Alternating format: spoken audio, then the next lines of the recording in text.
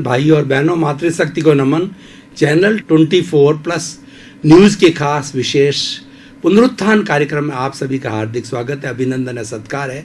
पुनरुत्थान एक ऐसा कार्यक्रम है जिसमें प्रतिदिन नए नए विषयों के बारे में बताया जाता है, नए नए हेल्थ के संबंधी टिप्स लिए जाते हैं, नए नए ज्ञान की विधाओं के बारे में बताया जाता है, धर्म दर्शन के बारे में बताया जाता है और जीवन के सर्वांगीण विकास के बारे में बताया जाता है, लाइफ स्टाइल के बारे में बताया जाता है। प्रतिदिन नए नए विषयों के माध्यम से जो है आपको ज्ञान दिया जाता है। तो इसी क्रम के अंदर आज का एक हमारी भारतीय संस्कृति से जुड़ा हुआ विषय है, वो है भारतीय उत्सव एवं पर्व।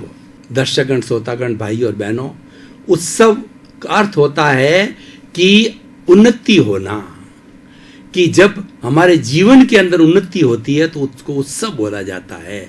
समाज के अंदर कोई भी नया दिन आता है, कोई भी उन्नति होती है, उसको उत्सव बोला जाता है। उत्सव का मतलब भीतर प्रसन्नता पैदा करने वाला प्रसंग है, उसको उत्सव बोला जाता है।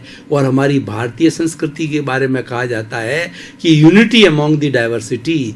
भारत अनंत रंगों वाला देश है। इसके अंदर हमारा खान पान, रहन सहन, आचार विचार अलग अलग रंगों का है होने के बाद भी जो है, जब हमारा तिरंगे की बात आती है, हमारे जो देश जो राष्ट्रीयता की बात आती है, तब हम सब एक हो जाते हैं। जो इसीलिए कहा जाता है कि भारत के अंदर अनेकता के अंदर एकता है। अब यहाँ देखिए कि भारतवर्ष के अंदर बहुत सी जातियाँ हैं, बहुत से धर्म हैं, बहुत से मत है, बहुत से मतांतर है और बहुत भर के क्रियाकांड है, बहुत सी बातें हैं। मुंडे मुंडे मतिर भिन्न भिन्ना। भारतवर्ष का जो प्रत्येक नागरिक है अपनी अपनी चिंतन शैली रखता है, विचारधारा रखता है, क्योंकि हमारा भारत का जो संविधान है उसके अंदर व्यक्ति को विचार जो अभिव्यक्ति की स्वतंत्रता है, धार्मिक स्वतंत्रता है। भारत ही एक ऐसा देश है जिसके अंदर इस तरीके की स्वतंत्रता दी जाती है, हर एक को अपने अपने विचार रखने का अधिकार है। इसलिए भारत के अंदर हमेशा ये कहा जाता है भाई मतभेद हो सकता है लेकिन मनोभेद नहीं होना चाहिए। हमारी संस्कृति है वो मनोभेद की नहीं होनी चाहिए।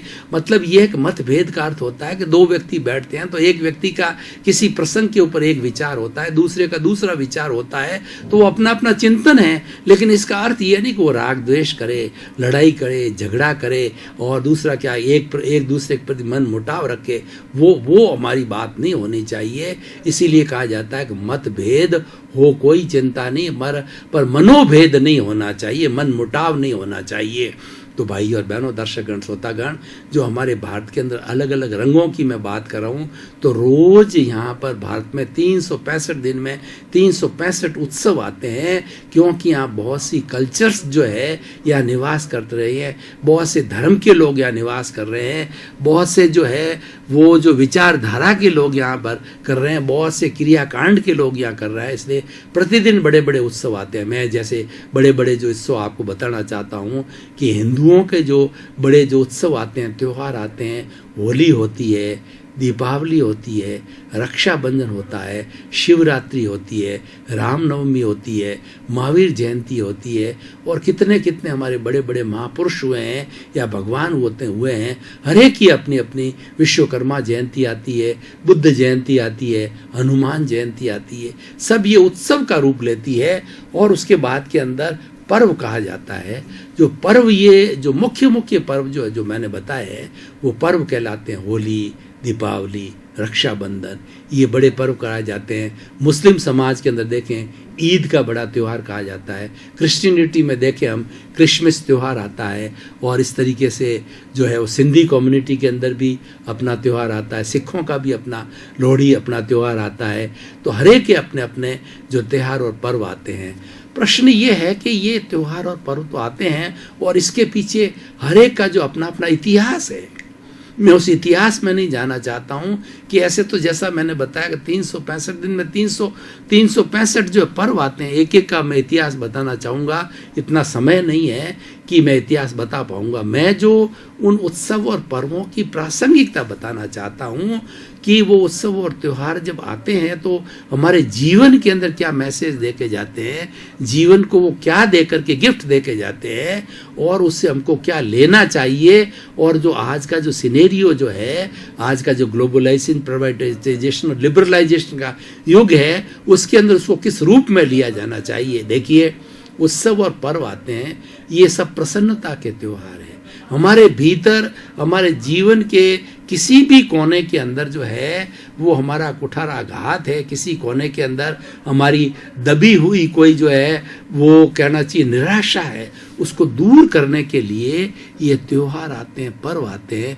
पर्व के दिन जो है हमें अपनी सारी निराशा को घोल देना चाहिए और हमारे जीवन में जो है वो प्रसन्नता आनी चाहिए। यानी हर पर्व के साथ में, हर त्योहार के साथ में, हर उत्सव के साथ के अंदर हमें ये सबक लेना चाहिए कि मैं जीवन आनंद से जीऊँगा, मैं जीवन प्रेम से जीऊँगा और मैं जीवन जो है प्रसन्नता के साथ में जीऊँगा।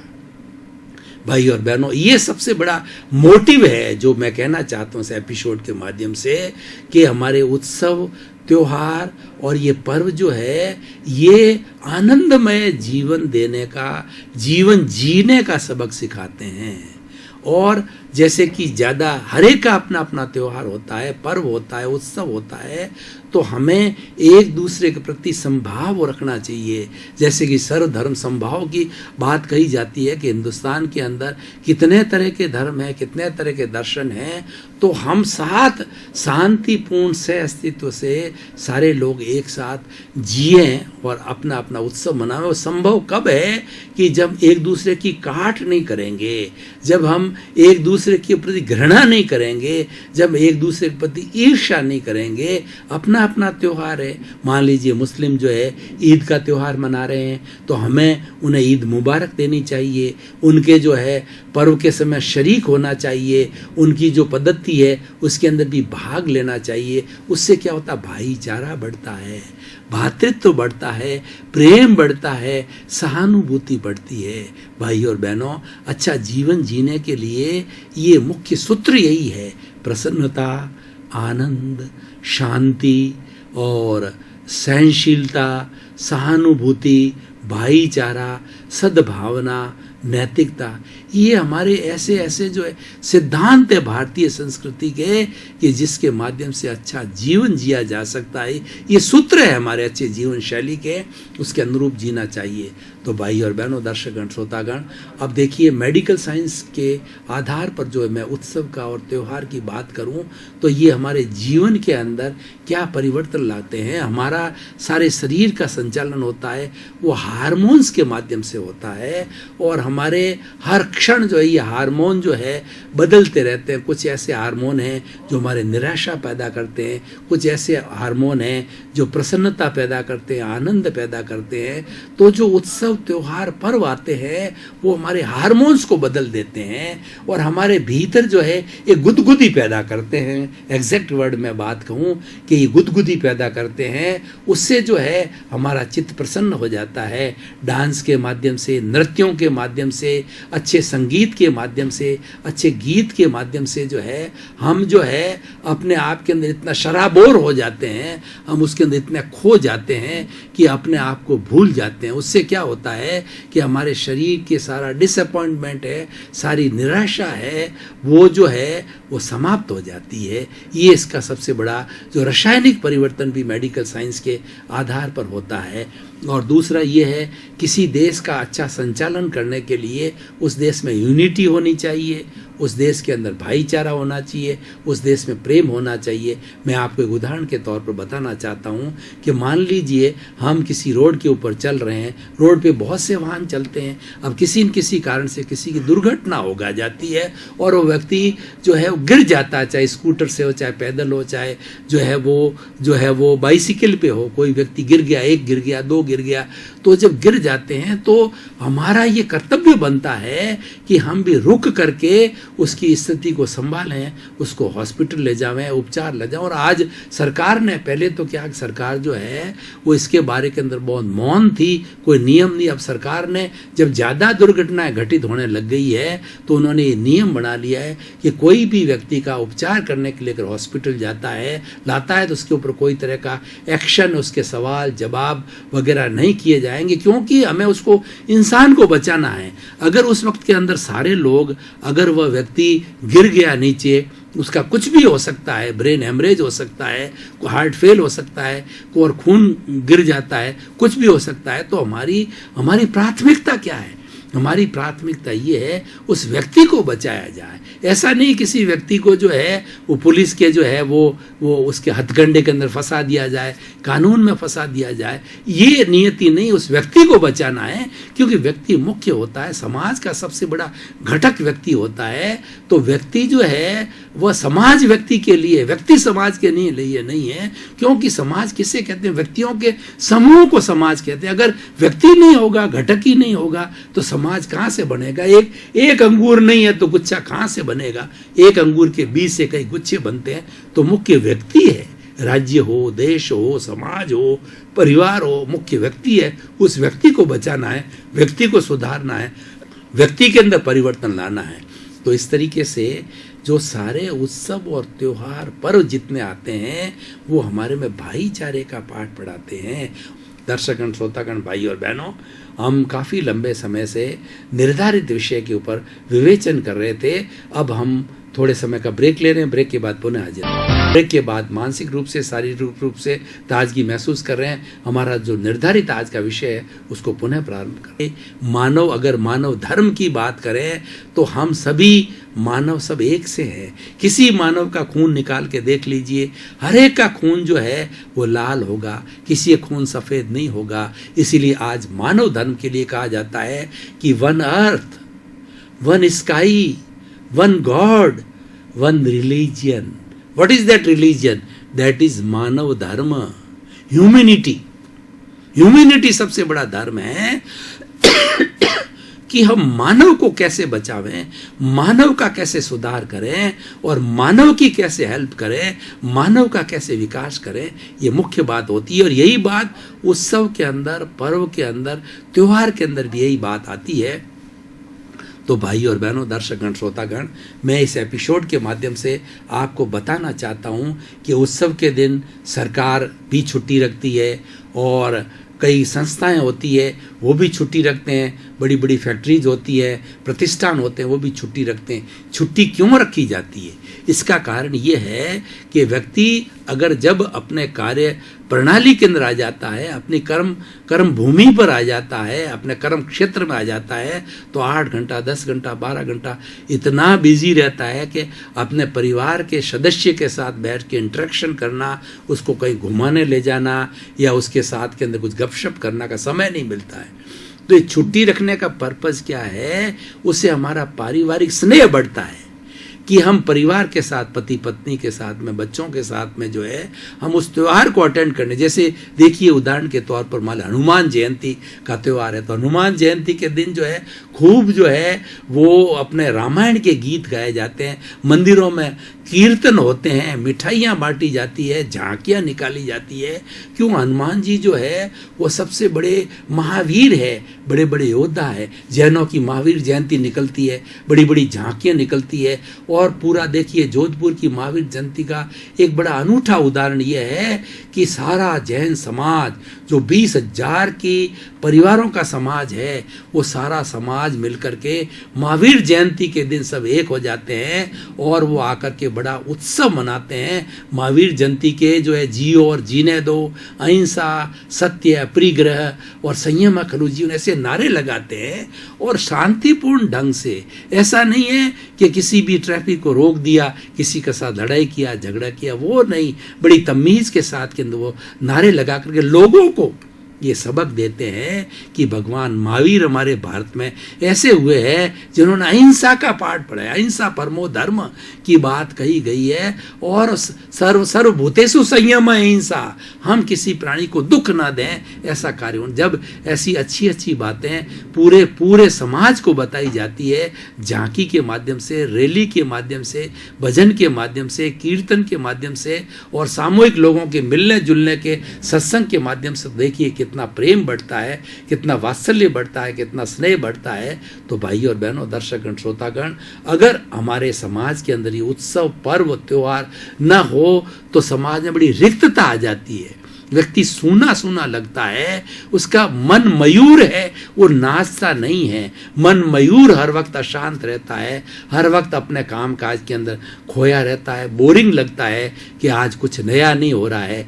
लेकिन हिंदुस्तान तो ऐसा है, 365 दिन हर क्षण यहाँ नया होता रहता है हमारे हिंदुस्तान के अंदर, क्योंकि हम 125 करोड़ संख्या के अंदर है। हर एक का अलग अलग इष्ट है, हर एक का अलग अलग भगवान है और हर एक की अलग अलग प्रार्थना है। हर एक का जो है वो अलग अलग हमारा जो क्रियाकांड है, हमारा पूजा करने का हर एक का अपना ढंग है। अगर हमारा नजरिया सही है, सबसे बड़ी बात जो है हमारी ये पारिवारिक उत्सव, हमारे जो सामाजिक उत्सव त्योहार जो है हमें नजरिया बदलने की सलाह देते हैं, नजरिया बदलने की शिक्षा देते हैं कि आप पॉजिटिव थिंकिंग रखो, किसी के प्रति घृणा का भाव मत रखो, स्नेह का भाव रखो, मैत्री का भाव रखो। ये घृणा, ईर्ष्या, निंदा, ये जो है घुन की तरह है, ये मकड़ी के जाल की तरह है, ये व्यक्ति को भीतर ही भीतर खाती जाती है, चाहे कोई व्यक्ति। और ये सारे गुण आंतरिक है। कौन सा व्यक्ति किसी को घृणा कर रहा है? अरे भाई, घृणा करने की कहाँ आवश्यकता है? वह भी तुम्हारे जैसा इंसान है। तुम करोड़पति हो गए अपने कर्मों के कारण, तुमने पुण्य कमाया, करोड़ हो गए। वो बेचारे का पुण्य नहीं कमाया है, लेकिन वो भी अपना जीवन दे रहा है, वो भी तुम्हारा भाई है। आज भिखारी भी है, एक जो है चपरासी भी है और एक अपराधी भी है, वो अपना भाई है। उसका सुधार कैसे हो, वो भला कैसे बने, उसका हम क्या मदद कर सकते हैं, मुख्य ये कार्य होना चाहिए। इसीलिए हमारी भारतीय संस्कृति के अंदर इन त्योहारों के माध्यम से परोपकार की बात कही गई है। देखिए, जब ये त्योहार आते हैं तो ऐसे धनाढ्य लोग होते हैं, ऐसे दानवीर होते हैं, ऐसे भामाशाह होते हैं कि जुलूस जा रहा है तो भोजन की व्यवस्था का जो है लंगर खोल देते हैं। और गर्मी का मौसम है, पेय पदार्थ जगह जगह पर जो है वो पानी की तरह जो है वो पेय पदार्थ लगा देते हैं, लोग पीते हैं। तो कितना उसका देखिए, हमारा एक सबसे बड़े उत्सव का जो है आपको यहाँ हमारे जोधपुर का आपको एक बड़ा जो है मैं आपको इवेंट बताना चाहता हूँ कि जब ये जो सावन भादो का महीना होता है तो खास करके भादवी पूनम मतलब भादो के महीने के प्रारंभ से जो है वो हमारे जो रणुचा है, ये जो है रामदेव जी का मंदिर है। रामदेव जी ऐसे एक पीर हैं जिसको हिंदू भी मानते हैं और मुस्लिम भी मानते हैं। हमारे भारतवर्ष के अंदर दो बड़े जो है सेक्ट कहिए या धर्म वाले कहिए, जाति वाले कहिए, हिंदू और मुस्लिम ज़्यादा है। दोनों के पूजनीय जो है बाबा रामदेव है। तो बाबा रामदेव की जब जो जयंती आती, जो कि हमारे भादवा में होती है, और ये पोखरण के पास में बाबा रामदेव का बड़ा मंदिर है, तो हम देखते हैं कि कहाँ कहाँ से, गुजरात से, मध्य प्रदेश से, बिहार से, हरियाणा से, पंजाब से, पूरे भारतवर्ष के लोगों का जो कीड़ी नगरा कहना चाहिए, इतना तांता लगता है रामदेवरा की तरफ। मेरा मकान भगत की कोठी एक्सटेंशन में देखता हूँ कि भादो की जो है वो पहली एकम के दिन से चालू हो जाते हैं और लोग जो है ना 24 घंटे तक लोग जो है लाइन लगाकर जय बाबा की बोलते चले जाते हैं। और सबसे बड़ी मुख्य बात देखिए, बाबा के भक्तों को घर से चलते हैं और बाबा तक पहुंचते हैं, आने में जाने के अंदर उनको भोजन की, उनको पानी की, उनको शेल्टर की, उनको दवाई की, चिकित्सा की कोई असुविधा नहीं होती है। ये बाबा का पुण्य प्रताप है, बाबे का चमत्कार है। लेकिन देखिए कि ये पर्व हमें क्या मैसेज देते हैं। मैसेज ये देके जाते हैं, उस वक्त में छोटा से छोटा व्यक्ति, बड़ा से बड़े व्यक्ति के अंदर ये भावना आ जाती है, हम सब बाबा के भक्त हैं, हम सभी मित्र हैं, हम सभी भाई हैं, कोई एक दूसरे के प्रति भेदभाव नहीं करता है। तो देखिए, उत्सव, त्योहार और पर्व ये हमारे जीवन में आने चाहिए। ये आने से जो है हमारा अहंकार विलय होता है, हमारे मन के अंदर जो प्राउड की बात है उसका विलय होता है, आइसोलेशन का विलय होता है। हम अकड़े अकड़े जो है किसी से मिलते नहीं हैं, लोगों के बीच के अंदर नहीं जाते हैं, तो हम जो त्यौहार हम लोगों के बीच में जाते हैं, हमारी अकड़न को मिटा देते हैं। त्यौहार जो है हमें एक सामान्य व्यक्ति के रूप में बना देते हैं। इसलिए भाई और बहनों, दर्शकगण, श्रोतागण, इस एपिसोड के माध्यम से मैं कहना चाहूँगा कि हमारे भारत के त्यौहार पर्व जो है वो हमें एकजुट रहने की सलाह देते हैं और भाईचारा बढ़ाते हैं, हमारे बीच के अंदर भ्रातृत्व की बात बढ़ाते हैं। अब भाई और बहनों, दर्शकगण, श्रोतागण, अब मैं थोड़ा वर्तमान के सिनेरियो की तरफ आता हूँ कि उत्सव, त्यौहार और ये जो पर्व आते हैं उन दिनों के अंदर कुछ बुराइयाँ आ गई है। अब देखिए, होली की बात कहता हूँ।